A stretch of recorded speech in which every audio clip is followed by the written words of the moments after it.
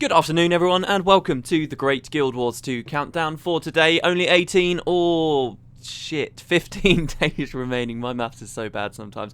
Till the launch of Guild Wars 2. The footage in the background comes from Dyer Armani, who's got loads of different Guild Wars 2 videos. We could go with him doing like the Hunger Games, the survival games thing at the end of Beta Weekend Event 3. So thank you very much to them, and you can find a link in the description below if you want to check out some other stuff. Newsy type stuff. One big topic that's just kind of been thrown on me. I only just woke up and saw there's going to be another stress test. So yesterday, I've got to be honest, I didn't really participate that much in yesterday's stress test. I didn't do very much there at all. I did see some interesting stuff in Lion's Arch that could have been there before this stress test, but I didn't see before then. But there's a vendor and an NPC actually near the Mystic Forge now that you can speak to. I don't know how long she's been there, but she's an Alolan and she knows a lot about the Djinn, or the Genie in fact. Originally Zomoros, this kind of creature in the lore that was supposed to be in the Mystic Forge, I believe was described as a Djinn, but now he's being described as like a Genie.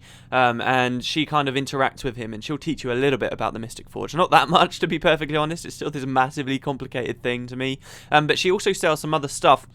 In particular, two items, one called a Eldritch Scroll, I believe they were, or an Eldritch Shard, and the other one is a Shard of the Bloodstone. And these two things cost a ton of skill points. The Eldritch thing costs 50 skill points, and the Shard of the Bloodstone costs 200 skill points. Now, what's really cool about this is if you look at the Shard of the Bloodstone, it says in its description that it's used in the creation of legendary weapons, which is this very big, complicated thing. She also sells recipes that I assume has got something to do with it as well. And this really actually excites me that obviously the Mystic Forge plays some big role in the creation of legendary weapons. A lot of people probably already know a hell of a lot more about this than I do. I've not really looked much into the Mystic Forge, but just the fact that to create one of these things you're going to need to spend 200 skill points is very exciting to me as far as endgame in Guild Wars 2 is concerned, because a lot of people kind of frown on it and say, oh, why would I want to go and do other stuff other than dungeons? Why would I want to go to previous content? And the idea is obviously 200 skill points, right? There's about 200 skill points in the game as it is, right? Through skill challenges. So if we assume you play through the game, you buy all of your own skills, and then you do all of those skill challenges, you're probably going to have, and this is just a rough guess, you'll have just over 200. You might have about 300 or something like that. And this means that by doing all of that, basically 100%ing the world as far as skill challenges are concerned, and unlocking all of your skills, you're going to be able to buy one of these shards of the Bloodstone. And I don't know whether that necessarily means you have a chance at a legendary, or you definitely have it. But if that's only then a chance at a legendary, or you might want two legendaries, that means essentially after level 80 you're going to have to level up 200 times, get 200 levels worth of experience at level 80 to then be able to get another one of these shards to try again, unless maybe these Eldritch Scrolls work, but even they cost 50 as well. Maybe they cost a little bit less but are only a chance or something like that. But that's very exciting to me, because that does mean there's going to be an awful lot of incentive to continue playing anywhere you want in the world, because anywhere, any event you do will give you good experience, even if you're scaled down, right, once you're at level 80, so that's fine. It's a great incentive and a great reason for people to continue playing, and to continue playing for a very long time as well. Particularly consider that they could add more legendary weapons, and if you're going to be a bit of a collector of these things, it's going to be an awful lot of levels. I mean, how many weapons are there? There's like 13, maybe a couple more than that. So that's going to be 13 chunks worth of 200 skill points. I mean, just think about it. It's a hell of a lot, and that might make the legendary weapons seem really unattainable to you, and it might make you be put off of them, but actually consider this, that the more unattainable they are, the more interesting they become, the more exclusive they are, the more exciting it is to see someone else with one, and the more exciting the prospect of you finally having one becomes. It adds that excitement into that game, that goal, that very long-term end goal, and I really, really like that. I'm very happy to see the numbers they've got there. But anyway, that's just something I noticed in the stress test. Something a lot of people did also notice in the stress test, something we were talking about yesterday, performance of the game seems markedly better once again. So, you know, I eat my words to an extent. Yesterday I said I'm more optimistic than pessimistic, but I'm not expecting that much. But yeah, visual performance not only was much better, you know, not only were people getting a far greater FPS, but it also looked better too. I even talked about like the texture popping, the weird thing that was going on that seemed a bit obtrusive yesterday, and that seems to be gone as well. So somebody actually said on yesterday's video that it seemed like maybe this was painting the textures in. This was the idea, because it's a very painterly style, but that seems to be gone as well. That's not so obtrusive. A lot of the weird glitchy type stuff is gone. It's pretty crazy actually that this stress test happened. However, Around the board, it wasn't all wonderful roses and brilliant stuff. In fact, there was a lot of lag. So it's a stress test, guys. I will say there is a very small minority of people that were being very entitled and saying, "Oh, fuck ArenaNet. What are they doing? Why is this so bad? I can't even play. I can't even log in. ArenaNet sucks," right? A very small minority of people. Many other people came down on them like a ton of bricks, which I was very happy to see, calling them entitled and saying, this is supposed to be a stress test. They're doing this deliberately so that it won't be like this on launch.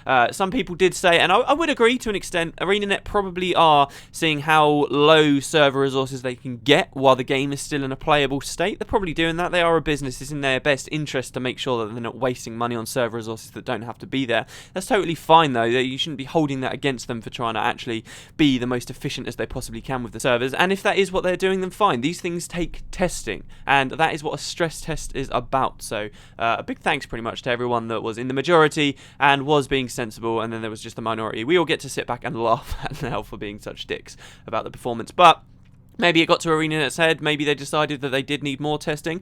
Because, hey, drumroll, there's going to be another stress test today. Oh my god, another stress test 2 days in a row. Somebody actually said, oh, we're getting more time in the stress test than we are in the actual beta weekend events, which is quite funny, I think, because it's coming up to quite a lot of hours now, actually. We're coming up to, what, a full day's worth of stuff on stress test hours now, which is quite funny. So, yeah, that will be happening. That launches at 4 p.m. their time, which for me would mean that is 12 o'clock. It's like midnight for me if I want to play. Luckily, I stayed up all night watching The Walking Dead yesterday, so my body clock's a little bit off, so I should be okay to actually be able to play this next stress test. Bit weird that they're doing it that late in the day. I guess it kind of just shows ArenaNet's hours. I mean, that's right at the end of their working day. You consider that, and now they're going with a 4-hour stress test right off of that. Are they just going to stay at work till like 9 o'clock their time? I guess they might. So there is that going on. It is crunch time, I suppose, for the studio, and the game will be coming out soon, so they might be on overdrive mode there. But yeah, so it's very late. I don't know whether that's done specifically to discourage European players and just test the American side of things or what. Who knows? They haven't said. But that is the stress test. It will be lasting for 4 hours, and it will be another shot to get in there and play Guild Wars 2. Could be laggy again, could be bad again, but hey, maybe if it is, then that might mean we get another one. Who knows? But yeah, that is going on, so keep an eye out for that, everyone. Right, so I've got a few questions as ever. The first one comes from Magic Kid J, who said, "Hey WP, I have an interesting question for you. You talked about the uniqueness of events is tarnished a bit by how quickly they reset, and I very much agree. You mentioned the idea of an event's reset time scaling with the amount of players nearby, but this seems a bit unlikely that they would accomplish this.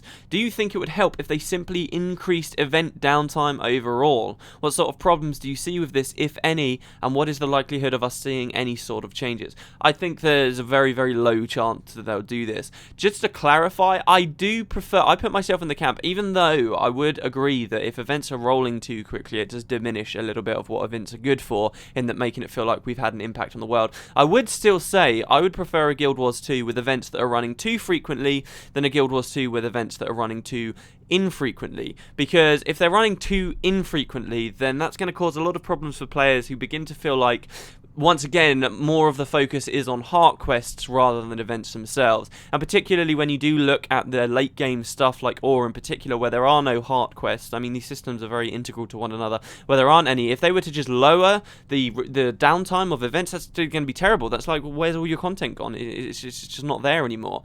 Yes, dynamic events are good for making it feel like we've had an impact, but I wouldn't say that's the be-all and end-all of them, and I wouldn't say that if players don't leave that event feeling like they have made an impact, then it's useless having the event there at all. I wouldn't say that in the slightest. I say they're very important for other things, and they do a lot more beyond that. And also, you've got to consider that not every single player, the example I gave yesterday of the guy at the Garrison Armory, right? Not every single player is going to go to that guy, speak to him, do his event, and then come back soon enough later that they notice it. Not everyone actually has that experience. You will eventually have that experience with some event, and you might be a little bit disappointed about it, but in general, I'd say most people aren't experiencing this thing all the time. Really, the main issue would be is if it was an event that had restarted. Say you're in a general area, right, completing a heart, okay, and you complete an event there, but by the time you've even finished the heart, because the heart is taking so long to do, that same event has come up. Like doing the same event twice for one heart, I'd say it could be a problem, and you have to consider the I want to say the scale, really, of the events themselves. So what kind of event, what kind of story is being told here?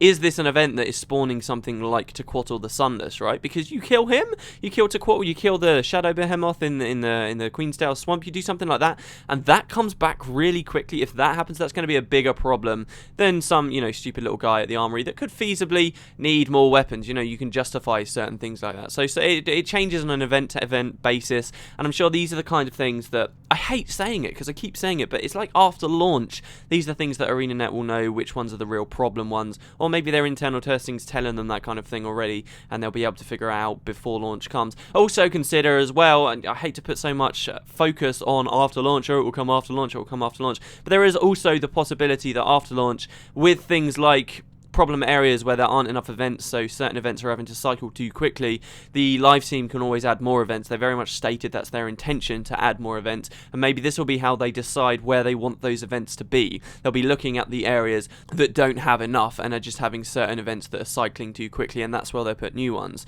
The other thing I think that they might consider doing, I'm pretty sure actually, that each explorable area should have like a big boss. So for Queensdale, it's the Shadow Behemoth. For the Wayfarer Foothills, it's the big Svarnir guy up in the north. For the Blaze Ridge Steppes, of course, we've then got the Shatterer, and we've got Tequatl. I feel like we're probably going to have a big boss or something like that there in every area, but if we don't actually at launch see that could be the kind of thing they're going to focus on. Maybe they'd prefer to be adding large meta events, but even then you have to question, okay, how many meta events are they going to do, because they have specifically said that in early game areas they don't want to have too many meta events rolling, because they want players that are very new to the idea of Guild Wars 2 and all the concepts that are going on to be very much eased into the new system, so they're going to very gradually introduce it to us, which I feel like, maybe that's not so important personally to me, but I'm coming as someone that's been following Guild Wars 2 for years now, and I'm already very familiar, so I can't really look at it from a totally new perspective, and I don't know how important it is really that they fade all this stuff through. So if that's what ArenaNet going with, then obviously that's going to affect what kind of new events they add and when, but we'll see. But I would very much say, just to answer your question in one word, no. I know that I don't think we'll see this change. I don't think that they're going to lower the frequency of events, and I don't think that they should lower the frequency of events. Higher is definitely better, even though this does kind of tarnish it a little bit when you see them repeating themselves. The next question's from Sticky, who says, Haywood Potts, I was curious about the temples in Ore. We know that they will be a large feature in the Ore zones and Guild Wars 2, and during the last beta, the temples were on the world map. Each of them, when captured by us or Zaitan's forces, will provide unique boons or conditions. However, there were only 5 temples in Ore. Why is there not 6, considering that Abaddon was originally worshipped in Ore when the human gods brought humans to live on Tyria? When was the fall of Abaddon relative to the fall of Ore, and do you think there will be a broken or vandalized temple to Abaddon? So there's a couple of two real conflicting things we've got here in a weird way.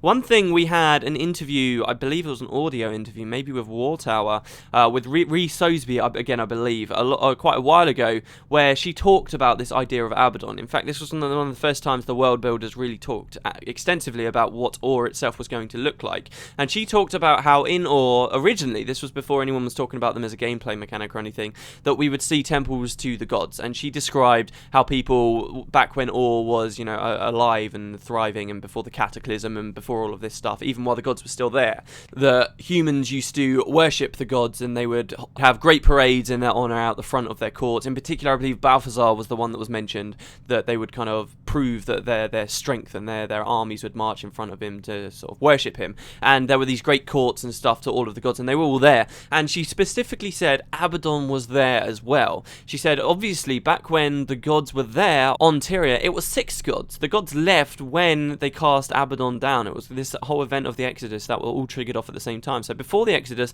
really, that was what humans knew, the 6 true gods, as we now know again in Guild Wars 2. So Abaddon was there, and he had his temple, and you're totally right.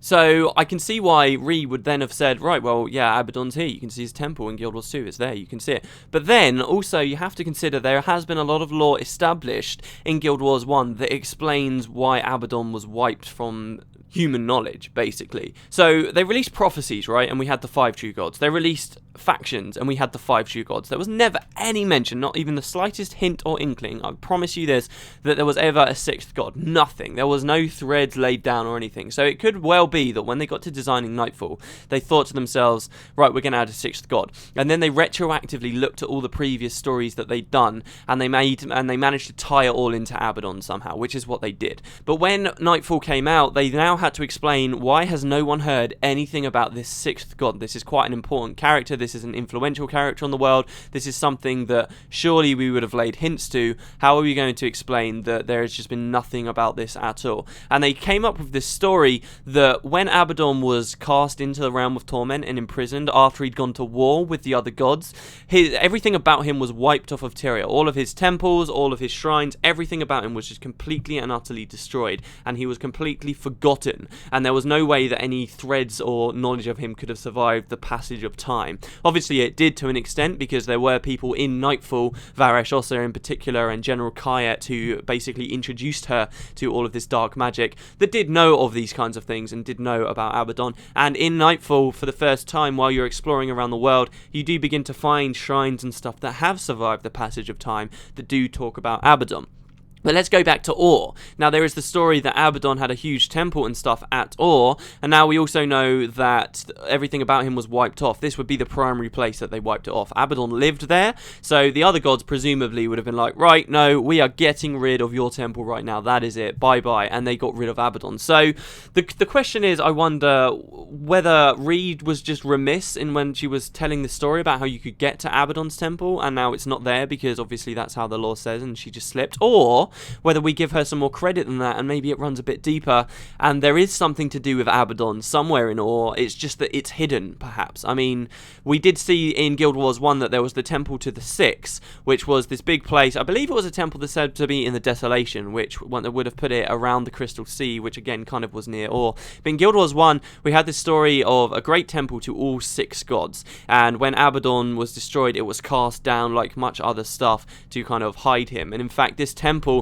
is one of the most significant moments in the plot. It's one of my favourite, most memorable parts of the story. It's kind of the big climax with 2 very powerful bosses in there, and it's the first time you actually get to read the scriptures of Abaddon too. So all of the gods in the Guild Wars universe have scriptures written about them, usually about how they gave one of their disciples magic at some point, and you never got to see Abaddon's one. You were hearing about him through Nightfall, but finally when you get to this Temple of the Six, you get to read his scriptures, and it's very hard to do actually in game because you're in the middle of such an intense boss fight and there's no real chance to do it. But if you are super into the lore, you can like flag your heroes and stuff and go off and read it, and you can see in my LP I tried so hard to figure that out to actually be able to read it, but you get to see his scriptures and stuff there. So there was this temple, and my point is that an entire temple was cast down into the realm of torment, but still existed. So what may have existed in Ur could have been cast down and hidden, but might still be there in some capacity. So we're not seeing it on the maps, and it's a little bit conflicting really. We've had Ree say that it is there somewhere, but we're not seeing it now.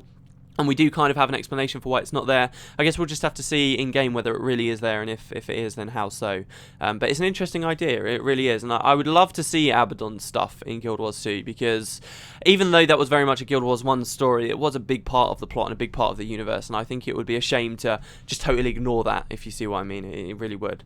The last question I'll keep as a quick question is from Max Marlwolf91, who said, "Hey there, I don't know whether you've noticed, but I just watched ArenaNet's video about the personal story in Guild Wars 2, and there's a dwarf in it. Do you think they're going to play a huge role in the fight against the Elder Dragons?" It's weird, I picked this question a few days ago and I've actually got something else I can add to it now. So yeah, actually, this is kind of interesting. We kind of had lore at first when Guild Wars 2 was first coming out and stuff that was saying, oh hey, yeah, the dwarves, you know, they're here, they're about, they guard, originally it was, they guard the entrances to the depths of Tyria, where they have mostly descended to fight against Primordus. But now when we hear about them, it's mostly just, oh yeah, they're all gone, they're not about, they've gone to the depths, and it seems like we're probably not going to see them.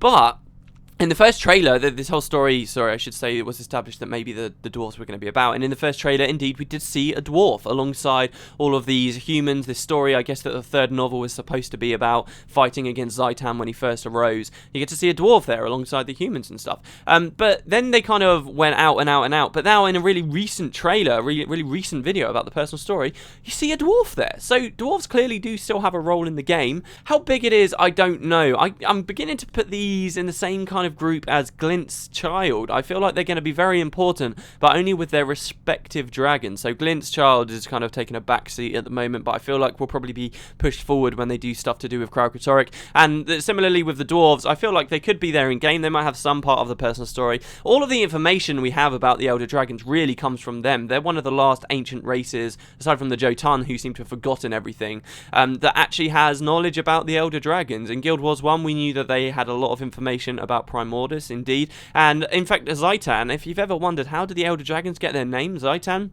Who is Zaitan? Who's calling him Zaitan? Who's calling them Kralkatorrik? All of this knowledge comes from the dwarves, because the dwarves are still around to tell it, and that's what they had called these dragons and stuff long ago. So it all does come from the dwarves. I feel like they might have some role, maybe not a significant one though, certainly not a significant one until we're fighting Primordus, and then it's going to be like this huge thing where we're fighting alongside the Stone Dwarves again in the depths of Tyria, which will be very reminiscent of Eye of the North, the final arc of Eye of the North, which I'm sure I will enjoy very much. So yeah, it's cool to see that they are still kind of putting dwarves about. It will be curious to see exactly what dwarf helps us and how. It's a matter of time. Also, I could say a little bit more on the topic, I suppose, but I'm kind of taking a stance that I'm not going to be talking about stuff we've data mined anymore, so don't worry about that. But if you are curious about other things that may have been found out in the game, there's something more kind of going on there as well. So anyway, there you go, guys. That's the Great Guild Wars 2 countdown for today. I hope you enjoyed today's stress test in, it's going to be a few hours, I suppose, but I hope you enjoy it, and I guess I will see you tomorrow for another day closer to the launch of Guild Wars 2. Have a good day.